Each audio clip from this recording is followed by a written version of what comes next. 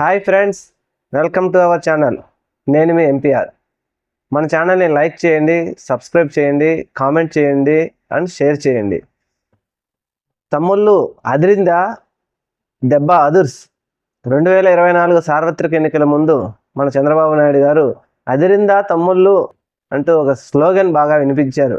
ఇప్పుడు మరి మన ఆంధ్రప్రదేశ్లో ఉండే చెల్లెమ్మలారా అదిరిందా, మరి రైతన్నలారా అదిరిందా, మహిళా శక్తిలారా అదిరిందా, అన్నయ్యలారా చెల్లెమ్మలారా అదిరిందా.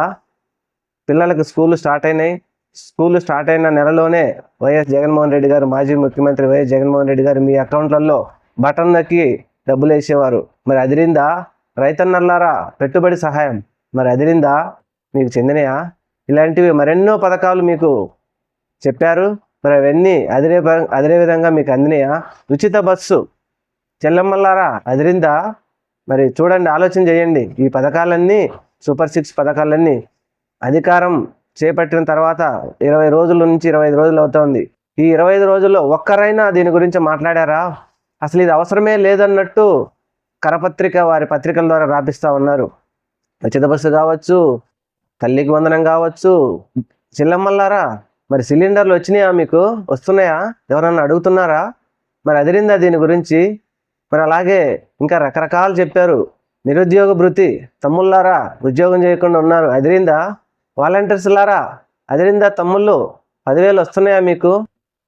ఇవన్నీ మరి వచ్చినాయా. సంపద సృష్టి ఆంధ్రప్రదేశ్ ప్రజలారా అదిరిందా. మరి సంపద సృష్టి గురించి చూసారా. 14,000 కోట్ల అప్పు కోసం అదిరిపోయే విధంగా మన ముఖ్యమంత్రి గారు తిరుగుతూ ఉన్నారు. అదిరిపోయిందా ఆంధ్రప్రదేశ్ ప్రజలారా.